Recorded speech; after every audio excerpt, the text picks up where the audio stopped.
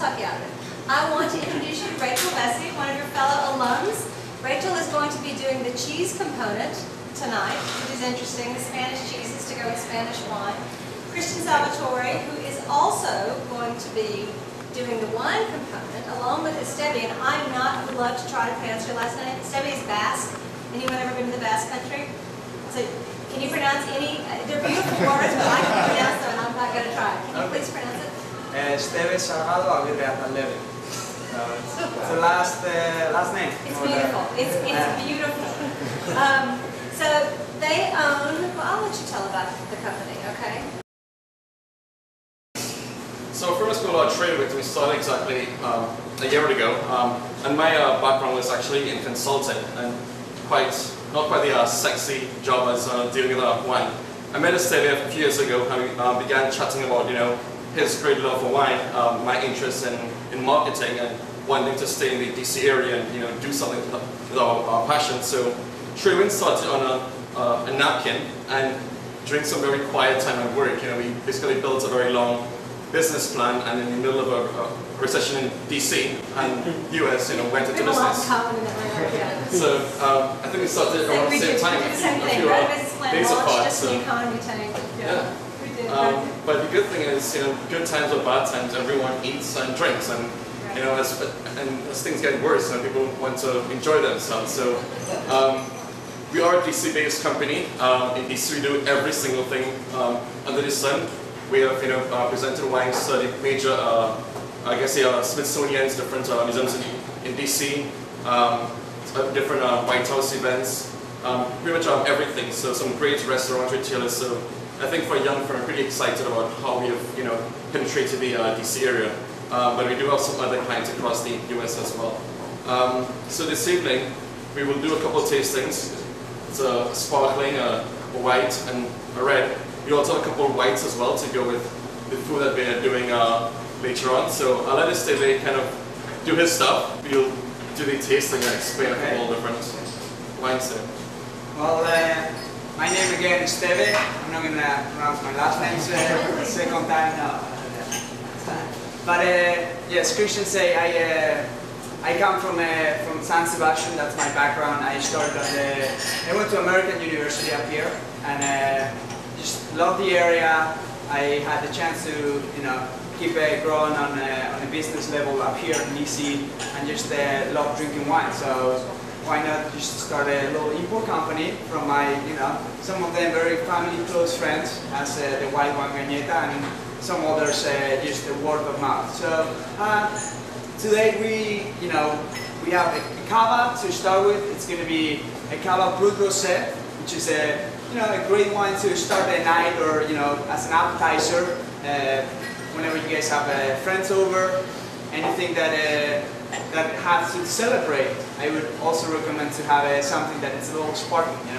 It's very attractive to people, and I think you guys are gonna enjoy that very much. So everything that we work with are all smaller boutique style wineries. So limited production, and they're take care from the grapes to the bottle. They take care very good. They're very detailed and very good taker. They take care of the wine very well, I guess. But today I think we're gonna have two of the reds, which are the two ladrons over here. There are two Riojas, very light body wines. One a little bit more aged, and the other one is a young one that they're gonna pair with the fruit. And then the rest of it is gonna be for a tasting for you guys. From a cava to a white to the red. The cava is a sparkling, then the white is from my region. This is a very good family friend, and it's a special wine called Chacoli. And then we're gonna jump to the biggest region in Spain, which is Rioja. And in Rioja they produce a lot of Tempranillo, which is the biggest Spanish grape. So they're all 90% Tempranillos. The first one has 5 Graciano and 5 Viura, which is a white grape, and you'll see little roundness, a little floral nose on it. The second one is a Crianza. So Crianza, how we do wines in Spain, we try to release the wines as soon as they're ready to drink. We're a big drinker big drinking country. So we like to eat and drink, and that's what we try to do. So everything in Spain on the red side is all based on aging. You have from Joven, Crianza, Reserva, Gran Reserva, and it's all based on the aging of the barrel. So we're going to have a Crianza which has been aged 12 months in French and American oak, and then you're going to taste the Reserva, which is the 24 months, the higher label, more full body wine from Rio. So I guess you guys kind of start, tasting and enjoy your evening. Do you guys need any other information? I actually have a date tonight, so I'll be leaving in a few minutes. And Christian will have, he knows all the details on everyone. So, but thanks for coming and enjoy. Are you going to talk about where to get in touch with you if they want to buy? Because they can sell to you directly. The liquor license laws of the district are very prohibitively complicated and esoteric, but they actually have the ability to sell directly to you. So if you So we've got some forms and friends here, which I'll pass out at the end if anybody's interested in the wines. And we do. So the fun thing is, in our first 6 months, we actually couldn't even buy wine our own self because the laws were so strict in DC at the time that we couldn't even buy wine our own self. So we got a very expensive license so that we can buy wine ourselves and to our friends and family. So we definitely extend that offer to those here, and it's pretty much almost less than half the price you pay for in a store. I mean, most of the other business backgrounds will understand that everybody has their margin, so there's a reason things cost what they do. Since we're the first point, it's not that expensive to get from us directly. So, all right, well, so everybody, have a great night. Thank you. You too. Enjoy the tour. Thank you. Save something for tomorrow. So we'll start with the cava. Do you want to do the cava? Do you guys want to help pour? What do you think? So the interesting thing about this particular product, You can take the bottle around.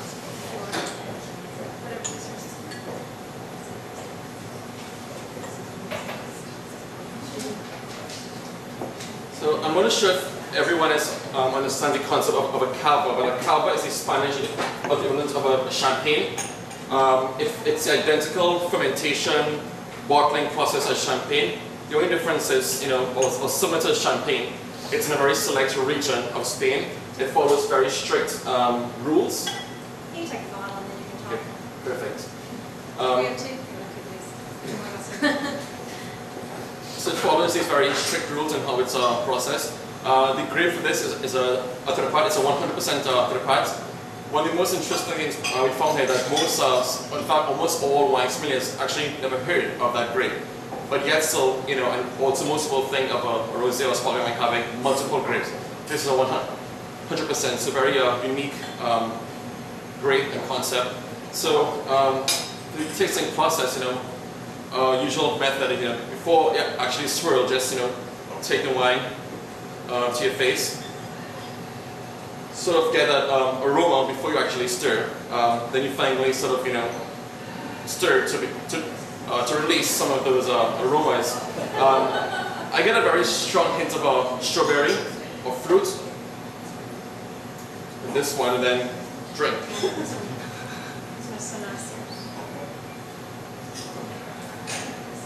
It's a great aperitif wine. Absolutely. It's fabulous.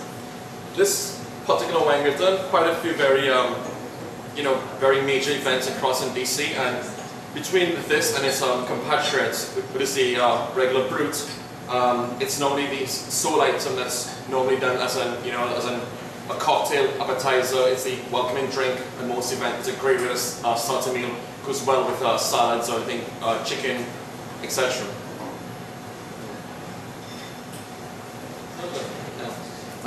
One other interesting thing, as Stevie sort of mentioned about the wines coming from family-run wineries. Every wine, forget about the taste and the quality, they all have a story. So this particular vineyard has been around for over 500 years. So they actually have documents tracing their family tree for 500 years of producing this cava in that particular region. So really, really, really historical. So the next item is a Guignetta, or sorry, the brand name is called Guignetta. It's a Chocolat. It's a white wine, not a sparkling wine, but has a very tiny spritz to it. Should we the same glasses or different glass? No, We'll get new glass. We have two, Perfect. I'll describe this. So, Chocolate is a very rare wine. So most people, when they think of Spanish wine, you think of the Alumni. Chocolate is fairly new, but it's very, very, very low production grade. But seeing this grape grow is absolutely amazing. So I guess it's obviously the Basque region, but it's all on the northern shore. So these basically rolling hills on the sea or on the ocean is where these grapes grow. So very, very scenic environment. And again, I said it's not much of it is grown, so it does fetch a very high price point. It's very difficult to find good chocolate. We actually only got 100 cases of this. Even though the winemaker is a Stevie's godfather, who gives 100 cases. It's just not easy to produce much of this. So I think we're using these glasses. Now in the Basque area, and I forgot to bring the pourers, there's a little sprout you place on this, so that when you pour it, from a distance, it creates this arc and it basically breaks the wine. And as I said before, it's not exactly, it's a white wine, but it's not a sparkling wine. It has a little spritz to it. And basically, doing it from a distance sort of like help breaks the wine. It kind of adds a lot more flavor. If you have more time, it's good to sort of like compare the difference between the non-breaking and the breaking, but it basically opens the wine. It just adds that much more oomph and flavor to it. So they can use that. A really cool concept. So I think, if you go to a restaurant, you probably have like 2 or 3 options. You order, well, I guess 2 options. You order wine by the glass or by the bottle. If it's a full bottle, they may do a tableside service. If it's a sparkling wine, it'll be kept in a box or in a room somewhere, etc. Most places, in fact everywhere, wine by the glass, it's normally done somewhere in the back and they bring that glass for you. This particular product is actually done at our restaurant as a tableside service. So we actually train all the waiters to pour that wine in front of the guests, even though it's a by the glass product. Other interesting thing is, and I think we've got almost similar glasses there. In the Basque area, it's actually done in a short glass without a stem. So think of something like this, with a flatter base. And that's the type of glass that this particular product is served. So a lot of very interesting concepts, from the way it's poured to the spritz. It's normally a short glass. Okay, so the third one, and we could decide if we want to do the cheeses sort of in between as well, or sort of like hold on to the wine as we taste the cheese if you want to. So as I mentioned, this is the Ladron line.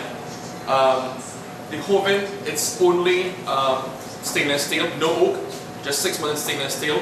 The Crianza, 6 months in oak, the Reserva, 24 months in oak. This brand, by the way, is the official brand of the King of Spain as of like 2 months ago. So in Spain, and we can't do it in the US, a little signature, or a signature with the King's crown that's put on the label before it's actually sent to the King. So it's the only brand he uses for all his events in his palace. Most of our wines have very interesting stories like that. The great thing is we found about this after we got the wine. So it's almost like it shows good products, and then over time they turn into these like, celebrity wines across Spain. So I think we're getting new glasses for the red. Yes, we are. Here, there's the glass right